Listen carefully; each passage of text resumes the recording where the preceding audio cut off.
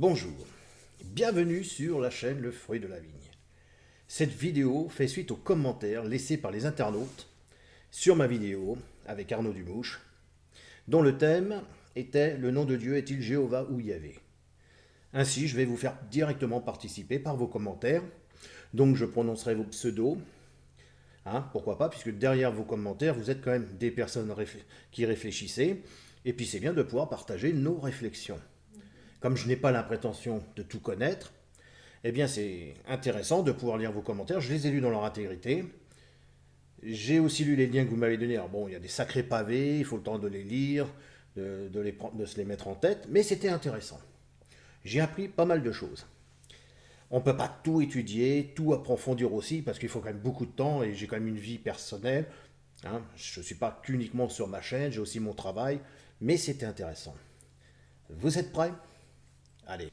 Bon, on va commencer avec Jésus sauve, le pseudo Jésus sauve. Alors, il explique, certainement Arnaud Dumouche, qu'a dit Jésus pour reconnaître ses disciples. Là, il nous donne une écriture, celle de l'Évangile selon Matthieu, donc le chapitre 7 et à partir du verset 20. C'est donc à leurs fruits que vous les reconnaîtrez.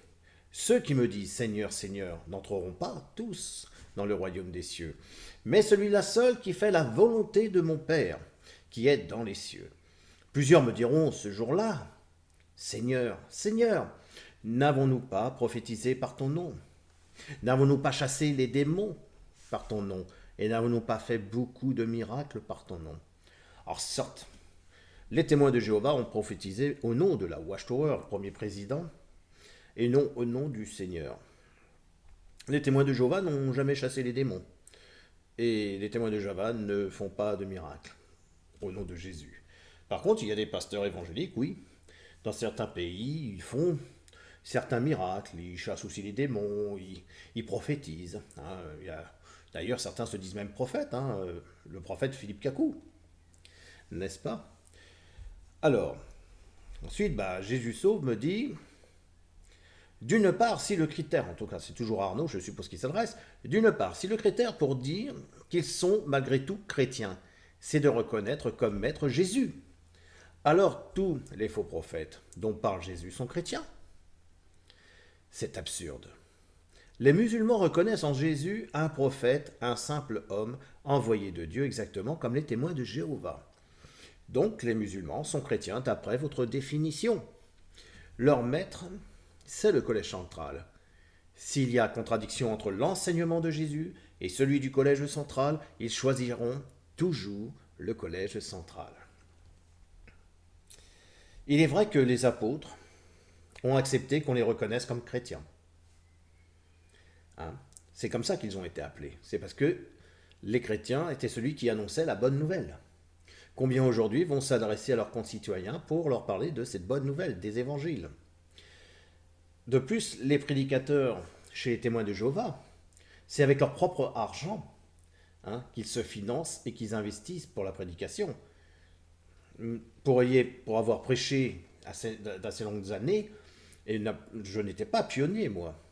Combien prennent leur propre véhicule pour aller faire les villages quand vous êtes en campagne et dépensent de l'argent pour l'essence? Ça, j'étais impressionné quand je les voyais dépenser autant. Donc, il faut quand même en tenir compte. Voilà. Parce que beaucoup, quand même, donnent de leur temps pour l'organisation.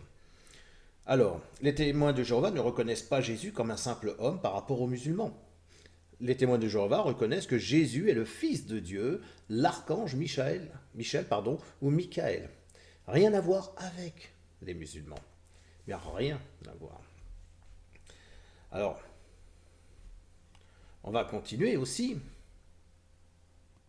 Donc pour répondre à la contradiction entre l'enseignement de Jésus et celui du collège central, ils choisiront toujours le collège central, ce que dit Jésus sauve. Je réponds aussi d'ailleurs à cette question, puisqu'elle était portée aussi par Dieter Genève.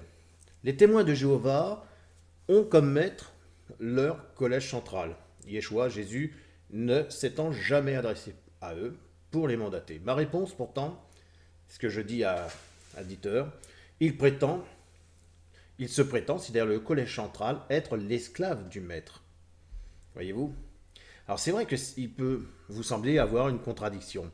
Mais il n'y a pas de contradiction, non, car tout le monde, si on laissait faire les pasteurs, par exemple, interprètent les Écritures à leur manière. Bon, bien sûr, vous allez me dire, ils ont quand même passé des études pour beaucoup d'entre eux, un certain nombre d'entre eux, mais d'autres ne passent pas d'études. On peut être pasteur sans avoir fait d'études. D'ailleurs, quelqu'un qui commence chez lui à donner l'enseignement à sa famille est déjà son propre pasteur. Les témoins de Jéhovah, il n'y a pas de contradiction. Ils se réfèrent d'abord à leur magistère, qui est le collège central. C'est-à-dire que lorsqu'il y a une écriture, par exemple, eh ben, si elle est difficile pour eux, elle n'est pas évidente à comprendre, ils se réfèrent à leur magistère. Ce que fait exactement aussi le catholicisme.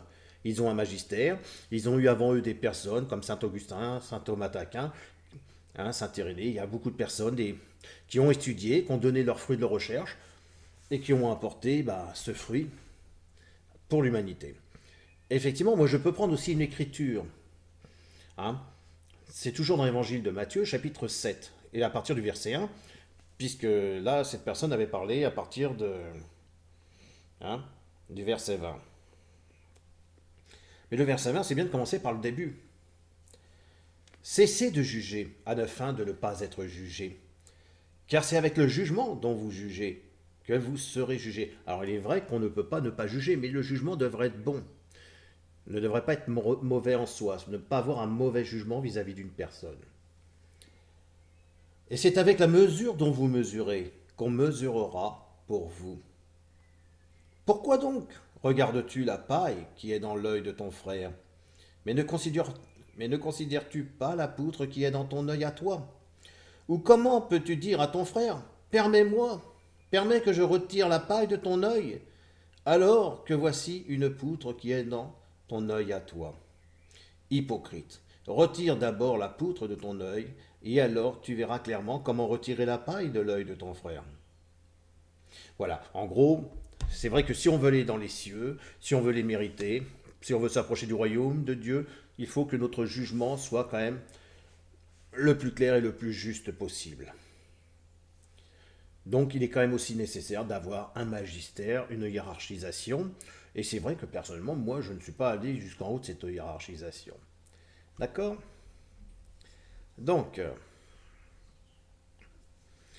c'est vrai que vous dites, dès qu'on a comme base l'évangile, c'est de l'œcuménisme. Sauf que les témoins de Jéhovah sont judaïsants dans leur lecture et application de la Bible. Voilà. Sauf que les témoins de Jéhovah sont judaïsants dans leur lecture et application de la Bible. L'Ancien Testament est plus important que le Nouveau. Si les témoins de Jéhovah étaient judaïsants, je répondrais qu'ils prononceraient non pas le nom de Jésus, mais de Yeshua. Ils nous apprendraient à étudier non pas le français, mais l'hébreu. Ce n'est pas le cas. Mais il est vrai qu'ils reviennent souvent sur l'Ancien Testament, sur des personnes qui ont été importantes dans les Écritures, et souvent ils nous demandent d'imiter ces personnes, de les imiter dans leur qualité spirituelle pour s'approcher du royaume des cieux. Dans leur doctrine, ce sont des nouveaux juifs. D'ailleurs, ils se présentent comme cela. Et enfin, leur baptême n'est pas fait au nom de Jésus. Là, je ne partage pas votre avis, mon ami. Car les témoins de Jéhovah n'oublient pas que Jésus fut livré par les Juifs, par certains Juifs, pas tous, certains Juifs, c'est-à-dire ceux qui étaient justement dans une hiérarchie très importante, les hautes sphères, pas le petit peuple en lui-même. Et ils ont été suivis par quelques-uns, parce que quand on dit qu'il y avait une foule immense, non, il y avait quelques-uns, et on a laissé croire que tous les Juifs forcément étaient contre Jésus, mais ça c'est faux. Les témoins de Jéhovah ne se considèrent pas être le nouveau peuple juif, mais par contre être le nouveau peuple de Dieu. Il ne faut pas oublier que Jésus dit à un moment donné qu'il n'y a ni juif ni grec. Lorsqu'on est appelé chrétien, c'est là où il y a la grande différence entre se dire être chrétien ou être appelé chrétien. D'accord? Alors, vous dites aussi, alors là par contre ça c'est intéressant, et enfin, leur baptême n'est pas fait au nom de Jésus. Ah bon? Pourtant, lorsque je me suis fait baptiser, avant qu'il y ait un renouvellement sur l'organisation pour faire la volonté de Jéhovah, je me suis fait baptiser sur la base du sacrifice de Jésus. Aujourd'hui, on dit plus sur la base du sacrifice de Jésus, mais en vertu du sacrifice de Jésus, mais ça reste quand même sur la base du sacrifice de Jésus. Donc un témoin de Jéhovah se fait baptiser, d'accord, sur la base de ce sacrifice. Ensuite, vous dites, vous rangez dans les catégories des chrétiens ces antichrists, des gens qui bravent toutes les libertés humaines élémentaires, la liberté de conscience, la liberté de changer de religion, la liberté de soins, qui tolèrent en leur sein des pédophiles, font mourir des gens en leur interdisant le sang, et j'en passe. C'est très très grave. Vous vous rendez complice de leurs crimes. Cher ami, vous êtes contradictoire. Alors, les témoins de Jéhovah limiteraient la liberté de conscience, mais cette liberté de conscience serait tolérée pour certains concernant les enfants, dans le cadre de la pédophilie. Voyons. On ne peut pas amener deux contradictions en même temps. J'ai déjà fait une vidéo avec Arnaud Dumouche sur l'histoire de la pédophilie. J'ai expliqué comment fonctionnent les anciens, mais ce qui ne veut pas dire que tous les anciens fonctionnent de la même manière.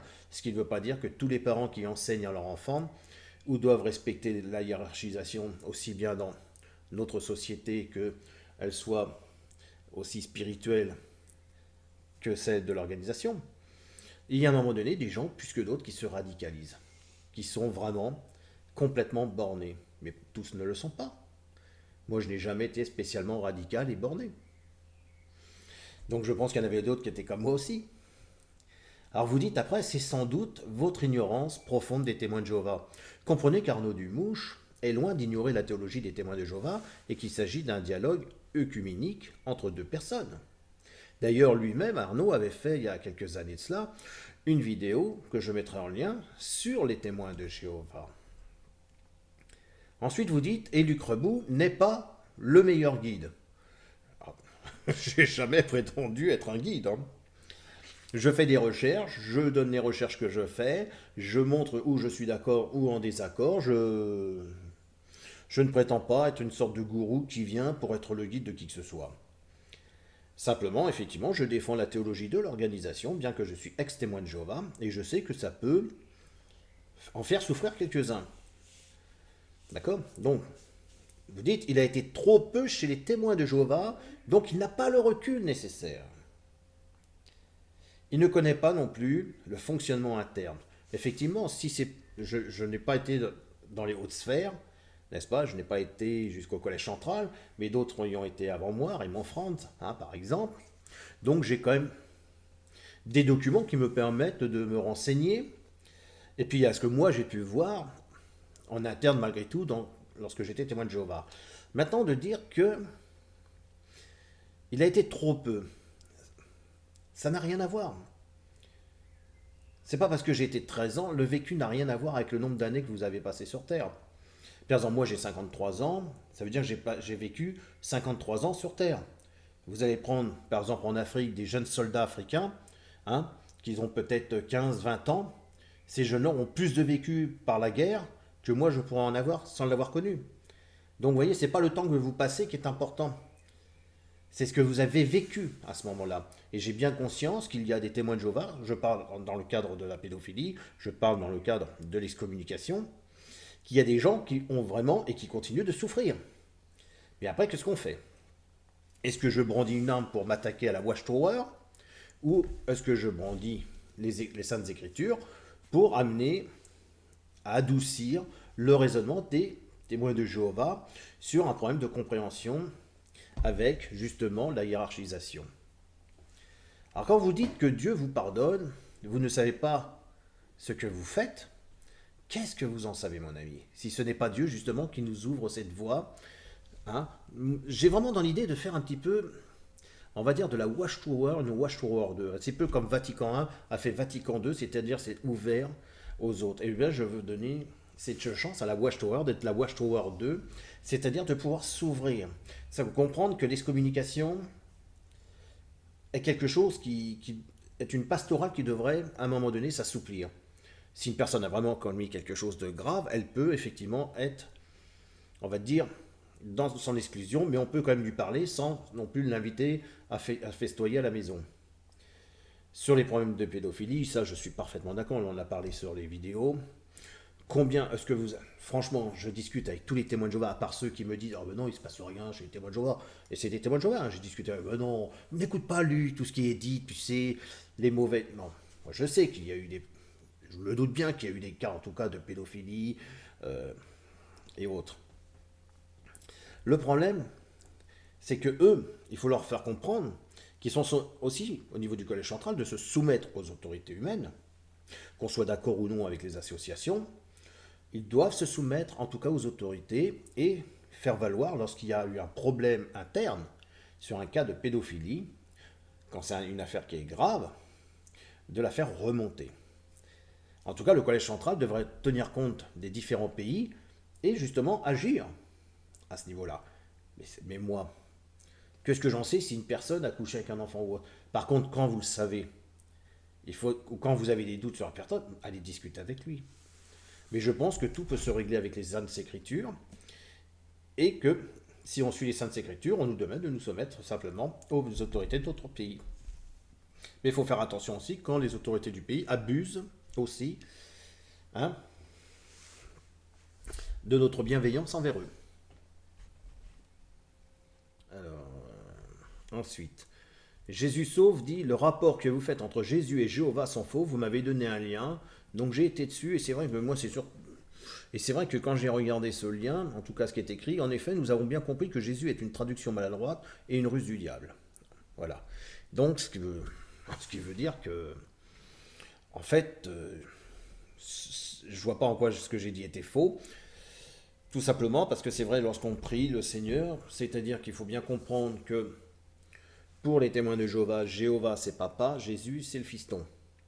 Or que pour un chrétien qui croit en la triple unité, la Trinité, eh bien Dieu qui s'est fait chair, ça voudrait dire que Jéhovah serait lui-même le Fils. Et que c'est le Fils, Jéhovah va avoir après pour le nom de Jésus, qui lui annoncera le Père.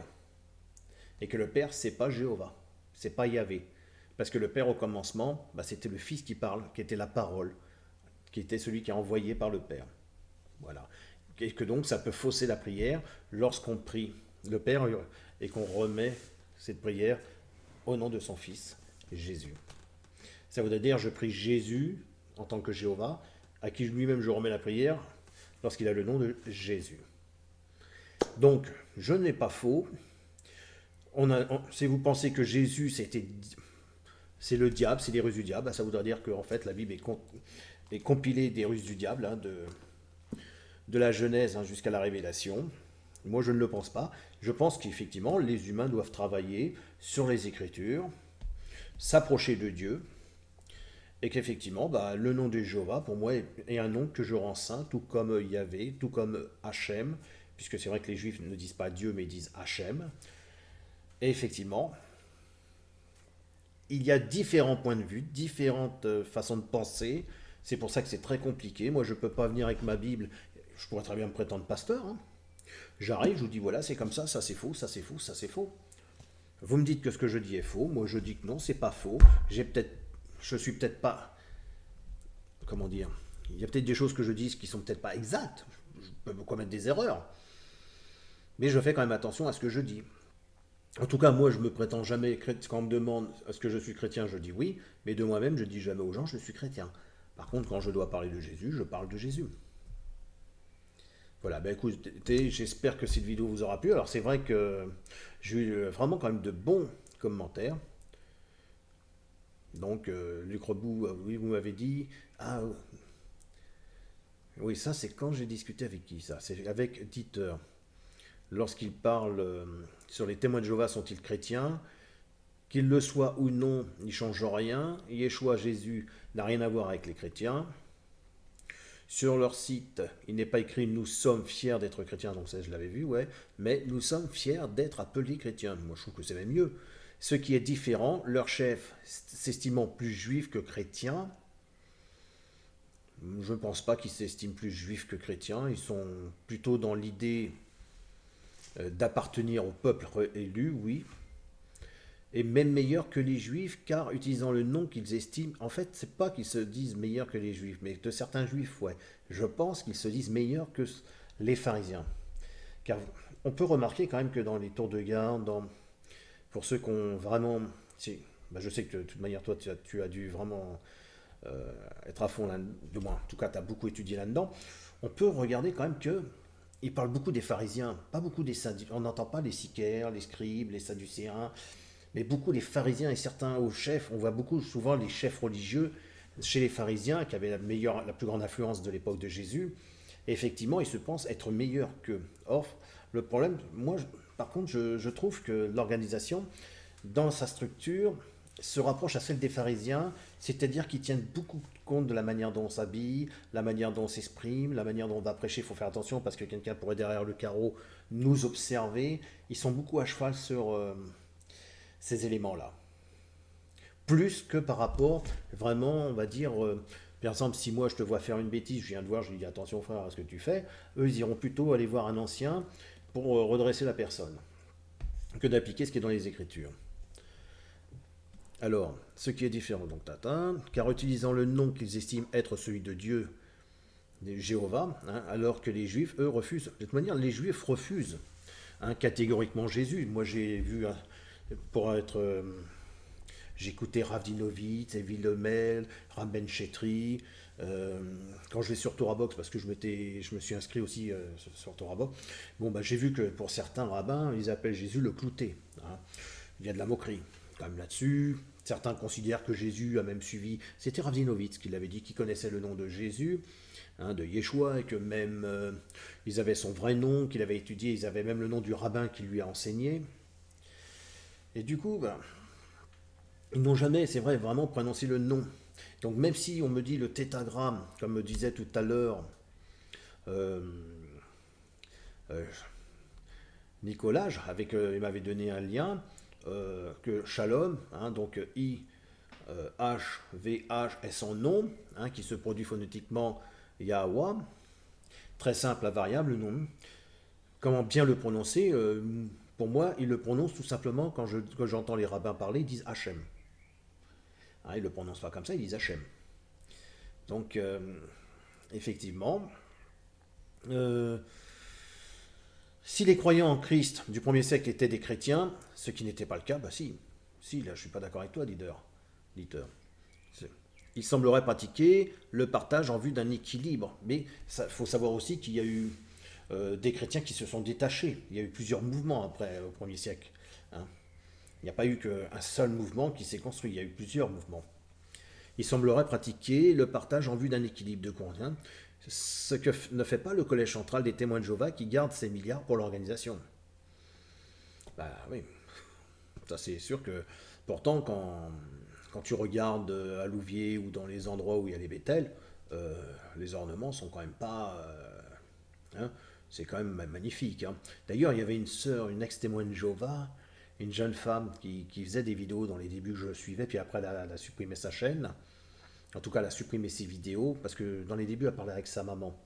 Elle a dû expliquer, elle était excommuniée et tout. Et je trouvais qu'elle abordait bien les choses. Pas sur tous les domaines, mais pas mal quand même. C'était vraiment intéressant. Et justement, elle avait fait une vidéo sur le côté argent, et c'était intéressant. Alors, ce que ne fait pas le Collège central des témoins de Jéhovah, ouais, donc qui garde, personnellement, je pense qu'ils se disent chrétiens uniquement quand cela leur permet d'attirer de nouveaux adeptes, comme les Mormons et d'autres. Quand j'ai quitté l'organisation, je t'avouerai que moi, je n'ai pas pensé qu'ils étaient chrétiens. Je n'y croyais pas. Pour moi, ils étaient témoins de Jéhovah et pas témoins de Jésus. Après, c'est vrai qu'ils abordent malgré tout, là, sur la base du sacrifice de Jésus, ils abordent aussi dans des tours de garde, on le voit bien, le Christ. Mais c'est vrai que je suis d'accord avec toi sur certains points, c'est que quand moi j'ai discuté avec une fois, je me rappelle une fois on discutait avec une sœur, elle était pas bien, elle faisait une dépression. Elle était intéressée par ce que je disais, j'ai essayé de la réconforter, j'ai montré une certaine valeur aussi que Dieu a pour nous. Alors, j'y avais rappelé à l'époque l'histoire du billet, si tu veux, pour te montrer, parce que parfois, tu sais, les personnes se dévalorisent. Et j'avais dit, tu vois, un jour, c'est un homme, il avait un billet de 500 euros, il était en conférence, puis il y avait un groupe de personnes, puis il prend son billet de 500 euros, il le tend comme ça, il dit qu'il veut le billet de 500 euros. Puis les gens, moi, mais... Donc j'ai dit ok, il prend le billet, il le froisse complètement, mais vraiment une petite boulette. Il reprend le billet, puis il le redéfroisse. Puis il retend le billet, il fait qui le veut. Et puis les gens, bah moi. Mais il dit, oui, mais regardez, le billet, il est plus tout neuf, hein, il est complètement froissé et autres. Pourquoi vous voulez ce billet? Bah il dit, oui, bah, c'est un billet de 500 euros quand même. Et oui, parce qu'il avait la même valeur. Et souvent, parce qu'on commet des erreurs, eh bien, on se dévalorise. On pense qu'on vaut rien, qu'on sait rien. Et c'est une erreur, parce que comme tout ce billet, on a des valeurs. Simplement, c'est ce qu'on peut expliquer, c'est que lorsqu'une personne dit moi j'ai des défauts, elle a aussi des qualités, ce que j'ai retrouvé aussi chez les témoins de Jéhovah, des défauts et des qualités. Et une qualité, c'est un défaut qui à un moment donné a su se rendre utile. On commet des erreurs, on travaille sur nos erreurs, hein, et on essaye de progresser. Voilà. Et je pense qu'on essaye de progresser dans le bon sens. Donc effectivement, je considère qu'ils sont quand même chrétiens. Mais comme disait Arnaud Dumouche, où là je suis d'accord avec lui, ils sont chrétiens d'une certaine manière. Pas dans le sens de la triple unité, hein, c'est simplement qu'ils apportent quand même le message de l'évangile. Et ils travaillent effectivement beaucoup quand même sur l'Ancien Testament.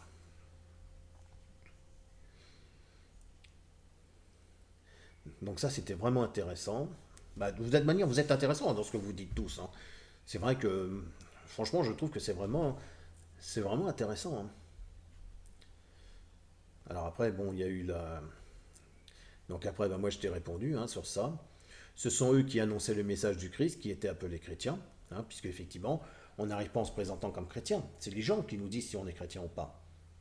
En tout cas, lorsqu'on annonce le message, c'est vrai que la tour de garde annonce le royaume de Jéhovah, mais dans ce royaume, on parle aussi quand même du Christ, hein. Donc, non, ceux qui se moquaient d'eux, alors donc, Dieter, tu dis, ceux qui se moquaient d'eux les ont surnommés chrétiens. Bah, même si on se moque de nous, on peut, hein. Les moqueries. Mais même alors, vu que la mission était terminée, ces croyants en Christ accomplissaient une œuvre purement humaine. Yeshua n'était pas avec eux. Il n'était pas non plus avec les chrétiens actuels. Il n'est pas. Il n'est pas plus avec les chrétiens actuels. Bien écoute, je ne sais pas où c'est que tu en es dans ta fidélité, c'était dans ta foi avec Dieu, par rapport à ce que tu dis, mais aujourd'hui on dit plus chrétien, bah c'est vrai qu'aujourd'hui, de toute manière, excuse-moi, mais quand on croise les protestants, on dit tiens, ils sont protestants, ils sont catholiques, eux sont évangéliques, on dit pas eux ils sont chrétiens.